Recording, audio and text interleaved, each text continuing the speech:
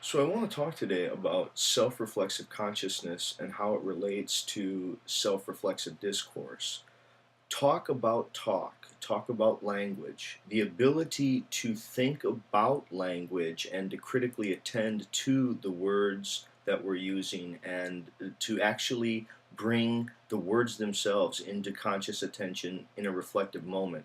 This is one of the key aspects of conscious experience. It's also one of the key aspects of what we mean by language.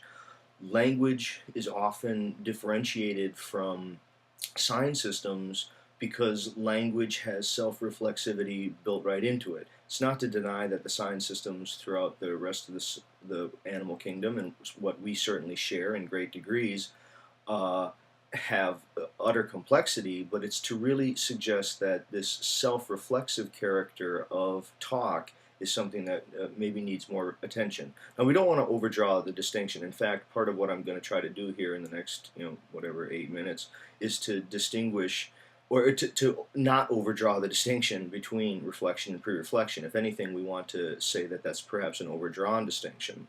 Now, one of the ways that we could look at reflection is to just turn to the field of literacy. Literacy is a great example of learning how to reflect upon our speech. We've created writing systems that serve as models for speech, and then speech enters awareness in accordance with those models. And I think if you take reading as an example, we can sort of see this distinction between what could be called a pre-reflective engagement with the text and then a critical attention or reflection to the text. Sometimes if I'm reading, I'm, quotes, lost in a book. When I'm lost in a book, I'm just there reading and I'm reading, and the words themselves are transparently passing by consciousness as I'm attending not to them, but from them. I attend from them to the meanings that are there or the significance that they have. And because of that, I may overlook a misspelling. I may just pass by my awareness. It's sort of like it becomes part of the background and it gets gestalted in there. And then the meaning is what my conscious attention is to. Now, I don't think we want to suggest that this just happens in literacy. This certainly happens in everyday discourse.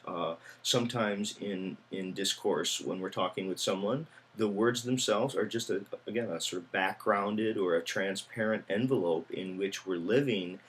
But then the person would say something that draws our attention to the words themselves. They may use a word that we haven't heard before, maybe they use an expression that we're unfamiliar with, and suddenly we attend to the the expressions themselves or the words themselves. It's as if the words take on a thingly like character, or they become figures against the background, or just objects within our environment in moments of communication breakdown.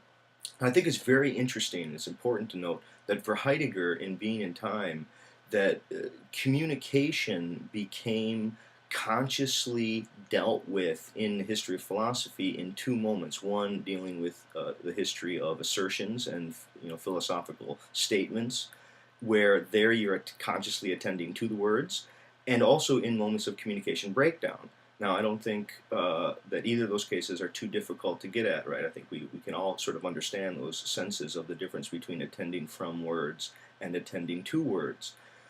Now, I think what I want to suggest is that some of that is very insightful, very useful, but it's also much more complicated than that. And we need to see that there is a kind of reflection that's built into discourse itself, one that allows a reflection upon language, but one that never leaves the pre-reflective engagement of discourse.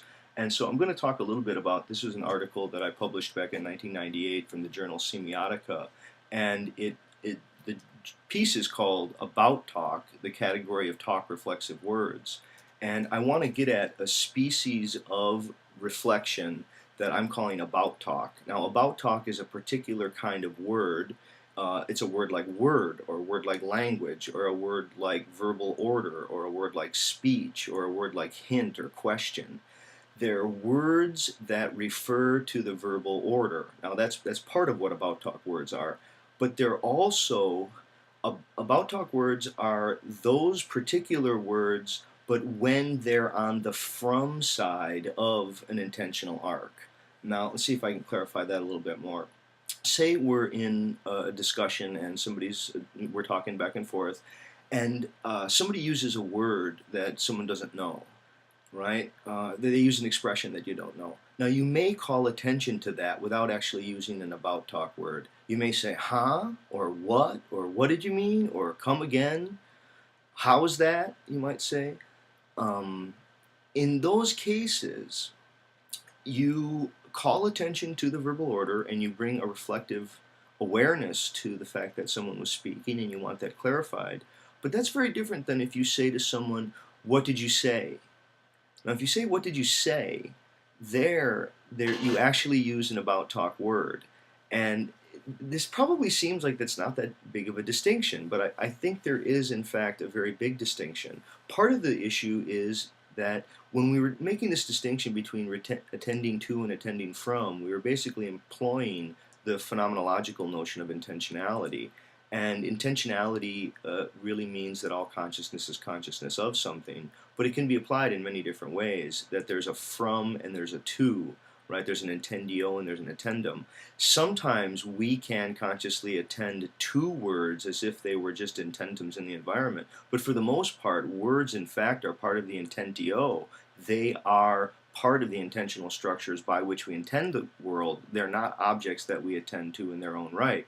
But even here, again, that distinction is too easily overdrawn because sometimes we can use certain words, for example, words, that are both on the from side and yet part of a reflective moment back upon discourse.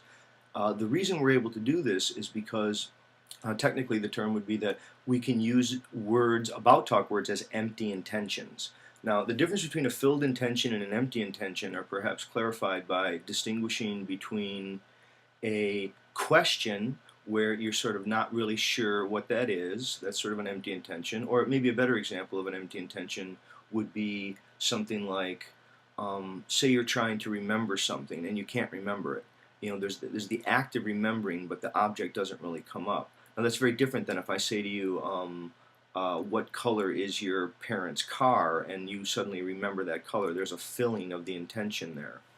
Now, in order to just clarify this, and then I'll stop. Hopefully, this distinction is working for some people. I'm going to read just a little bit of passage, and please, if you'd like a copy of the piece, I'm happy to send that to people. Just let me know, and I'll get it off to you, and we can talk more about it.